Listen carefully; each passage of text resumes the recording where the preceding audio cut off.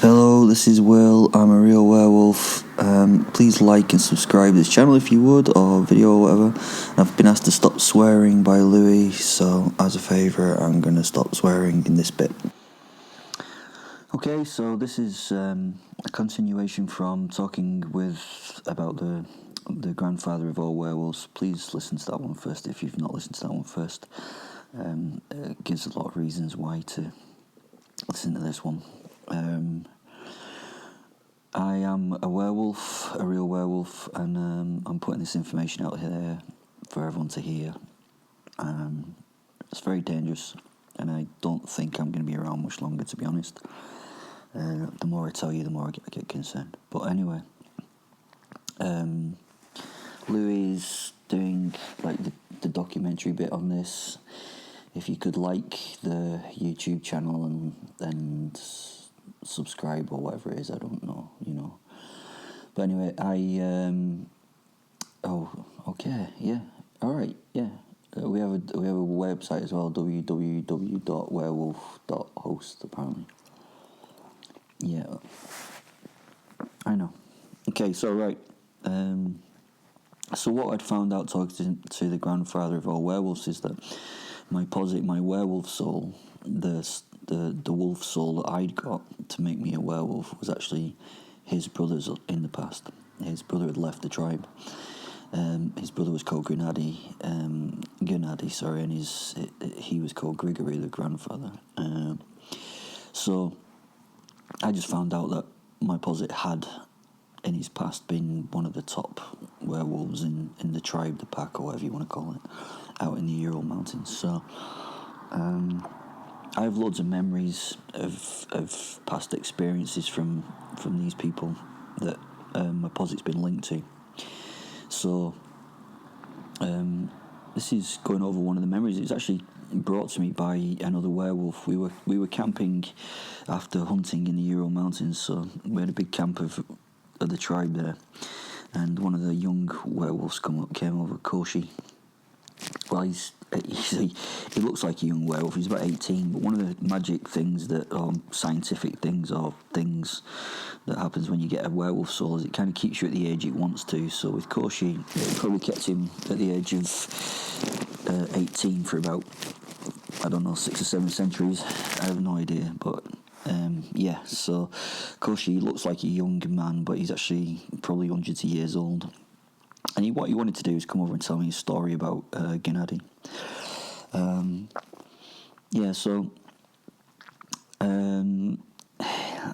Gennady was a bit of a bastard in his werewolf time, in comparison to the other werewolves as well. He'd have been a tormentor of men after seeing how they'd kind of treated each other, much like myself. It was probably one of the reasons I was chosen to be his wolf soul's charge. He hated humanity. His hate had developed from his experiences. Mine, well, I suppose it was from the mental health issues I had. I tried to convince myself that these issues were not the cause for my psychopathic tendencies, and slightly different reasons with the same outcome, to be honest. He told me of the tribal war that was happening in the area at the time. One of the larger tribes was taking over, killing all the others that they came across. They'd wiped out many of the local smaller groups and had recently attacked one of the villages pretty close to the werewolf's home and hit it with a swift attempt at genocide. Sadly for them, Gennady had been visiting that village when they'd attacked. The destruction of the village had been curtailed by this dog-headed monster that had been there and met these people and killed them. A giant half-man, half-wolf had walked into the attack set by the invading warband. It had smashed and ripped apart the warriors. The attackers had been routed and retreated, leaving their dead and injured behind. The survivors of the village attack now revered Gennady as some kind of beneficent god. He had saved them, and he appreciated the private worship at first. After this battle, he'd followed the routed survivors of the beaten attackers back to their camp. He'd found them in the middle of torturing and raping the captives that the warband had taken from the villages that they'd attacked previously. After their recent defeat, they must have been preparing to withdraw from the area, taking back the things that they had of value, such as slaves and treasure. The valuable and the valuables were being kept. The items and people that did not make the cut were being destroyed. These useless things were in the eyes of the band worthless, and worse than that, a drain on supplies. So the party was in full barbarous swing before they left. The men had been drinking and had been killing and torturing those that were in their charge. Bodies piled around the area, some horrifically damaged and yet still living, most dead. The night air was full of screams of the tortured and the laughter of the torturers. These men were like all humans, moralless when it suited them. Gennady had walked into the camp as a man, and the festivities had come to a sudden end. He was a huge guy, a giant for the time, over a couple of metres tall, sat about 6'4", and barrel-chested with long hair and a beard that went down to his lower chest. He carried no weapons, and he had no clothes covering his muscle body. I imagined that this made his appearance at the camp even more strange and more intimidating for those that saw him. As he walked into the centre of the village, he was followed by more and more armed men. All were keeping a respectful distance from him. They were not stupid people, and the fact that he looked so confident yet so ill-prepared gave the experienced among them enough of an insight to make them wary. When he had arrived at the central fire pit, he had over 100 men surrounding him. Their confidence had grown as their numbers had, and they began to talk to him, although he could not understand what they were saying. The centre of the camp had a large meeting area outside a huge tent. In the centre of the cleared area was a large banked fire, and corpses in different states littered the floor around the base of the fire. Gennady could also tell that some had been thrown on the fire just for the pleasure of watching the live people burn.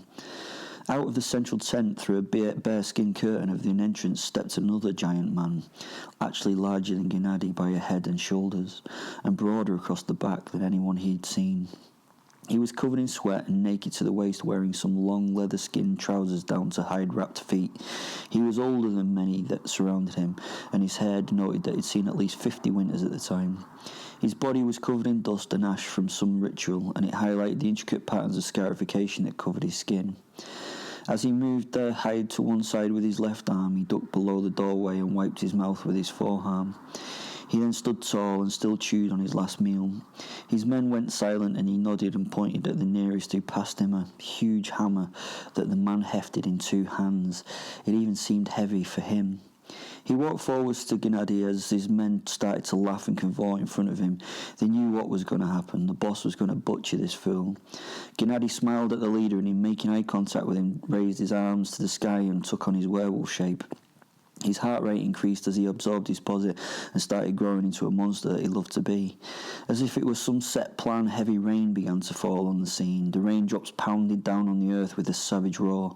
This was not one of those gentle showers of summer, but the beginnings of the harsh rainstorms of the late autumn. The water soon pooled on the ground and made dusty clay into thick red clinging mud. As the water washed over him and those around him, he noticed people react to what they were seeing happen. Then it was already too late. He had grown in stature. His jaw was extended into its lupine shape. His black pelt enveloped him, and he roared a guttural exclamation of his anger and fury. The men in front of him were stupefied, unable to move or respond. The large man holding the hammer was either fearless or stupid. He carefully walked forward and, raising his weapon, lifted it high to bring it smashing down on the werewolf's head. Gennady waited for the downward swing and caught the hammer in the palm of his hand as it hit him with full force. He just absorbed the shock of the strike with a little movement of his upper arm. Reaching forward with his head, he bit through the haft of the weapon and stamped on the lead leg of the wielder, folding it at the shin. As the hammer-hefting man fell, he was hit with the downward swing of the hammerhead. Gennady held it in his hand and used it to crush the brain box of the attacker, the impact of such force that his skull just burst. Stepping over the already cooling corpse, Gennady twisted his body and threw the head of the weapon into the chest of the nearest warrior, crushing his ribs and sending him flying several yards into the crowd. With each step, he struck, raking out the guts of a man rushing at him and at the same time grasping the throat of the next, squeezing his fingers together to crush the neck and spine while removing the head with a yank. His ferocity kept him moving forward in his now murderous frenzy. He caught and lifted the next man, throwing him into the crowd and followed him into the hole that the body created. Within a few steps he killed or maimed a dozen men and had not yet broken his stride. Like a scythe clearing through the heads of wheat, he laid those around him to the ground, taking the harvest of heads.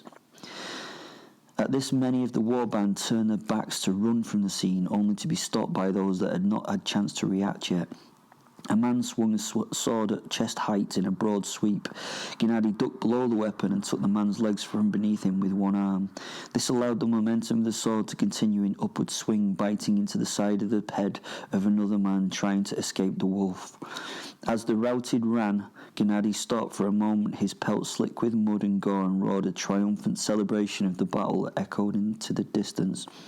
The fighting had been brief, and now the butchering began. He pinned one unfortunate to the muddy floor. The squirming man was now crying out and begging.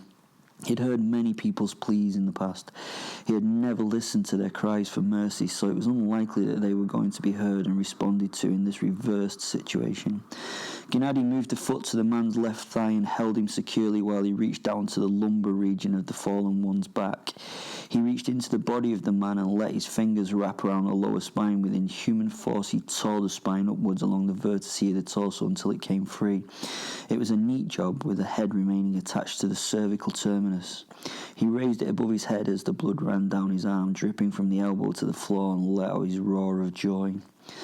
Casting his momentary trophy at the nearest man, he continued with the killing, chasing down any of the band members he could catch to murder as they had murdered others. He left only one man to get home, one man that could share the story of this night, and one man who had warned his tribe not to move eastward into this area once more.